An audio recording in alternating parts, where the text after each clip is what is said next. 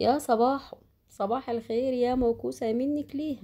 تعالي يا اختي، تعالي شوفي وكسة اختك الكبيرة. انا صحيت من النوم يا ولاه، حسيت ان انا يعني بقيت بغلاية كده في نفسياتي. قلت يا بنت ما بدهاش، هاتي الميزان وقفي على الميزان. المهم جبت الميزان وقفت على الميزان. الاقي يا اختي ابص على الميزان، الاقي الميزان بعد ما كان بيديني مثلا 90، 93، 92، لقيته ما شاء الله الله اكبر قفل ال100. خمسة وخميس عليا يا ولاد، قفلت ال100. ما شاء الله. وليه يا بنت ما شاء الله؟ المهم يا موجوسة منك ليها. قلت ما بتجهاش، لازم انزل شويه لحسن انا دلوقتي والله يا اختي بقيت تعبانه قوي قوي قوي. المهم قلت بقى لا انا هعمل دايت، ماشي، وهعمل نظام اللي هو ايه كيتو. ماشي، فقمت قايله ايه، كان معايا مثلا 500 جنيه، فقلت لازم افنكحهم. المهم نزلت، مش عايزه اقول لك بقى يعني اختك بقى في الفنكحه ما اقولكيش. المهم نزلت السوق اجيب بقى حاجات للكيتو يعني. فقلت اجيب الافوكادو ده، رحت يا اختي للراجل، ايه كام يا حاج الافوكادو؟ قام قايل لي ب200 جنيه. قلت يا لهوتي، الكيلو ب200؟ قال لي اه. قلت خرابي، امال فين ايام ما كان ب70 و30؟ يلا الله يرحم زمان وايام زمان. المهم يا فلحوصه قمت جايبه نص كيلو حسره 3 وحدات. المهم نقيته ايه يعني، مش طري قوي ومش جامد قوي. ليه بقى؟ لان اللي بيبقى طري قوي مستوي قوي ده بيبقى اسمر من جوه، فانا قلت اجيبه محمل شويه عشان يغيب معايا شويه، جايز ارجع في كلامي. المهم ما طولش عليكي قولي طولي.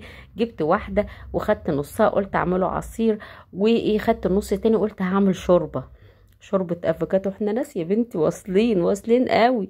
المهم قطعت بصلايه، شوحت البصلايه معاها فص ثوم، معاها فلفلايه خضراء، معاها نص الافوكاتايه عقبال عندك، وحطيتهم شويه ميه وشويه وبتاعه مرقه دجاج، وعليهم شويه كزبره وشويه كمون، وحطيتهم على النار.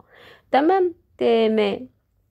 المهم هتجي لي فالحوصه دلوقتي وتقول لي هو شوربه الافوكادو دي حلوه يا اختي؟ هقول لك والله على فكره اقول لك على حاجه يعني، هي كانت طعمه خالص بصراحه، كانت حلوه يعني، لذيذه كده.